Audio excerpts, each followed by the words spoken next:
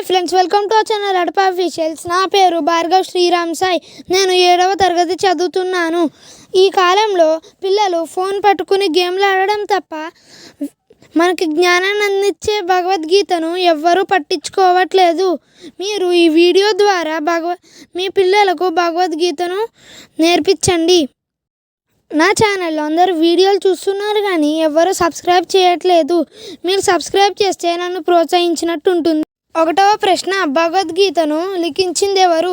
విఘ్నేశ్వరుడు. 2వ ప్రశ్న, భగవద్గీత మహాభారతంలోని ఏ పర్వంలోని భాగము? భీష్మ పర్వము. 3వ ప్రశ్న, గీతా జయంతి ఏ మాసంలోని ఎప్పుడు వచ్చును? మార్గశిర మాసము. 4వ ప్రశ్న, గీతా జయంతి ఏ ఋతువులో వచ్చును? హేమంత ఋతువు. 5వ ప్రశ్న, ఋతువులలో తాను ఏ ఋతువని శ్రీకృష్ణుడు చెప్పాను? వసంత ఋతువు. 6వ ప్రశ్న, భగవద్గీత ఎవరికి బోధించెను? శ్రీకృష్ణుడు అర్జునికి.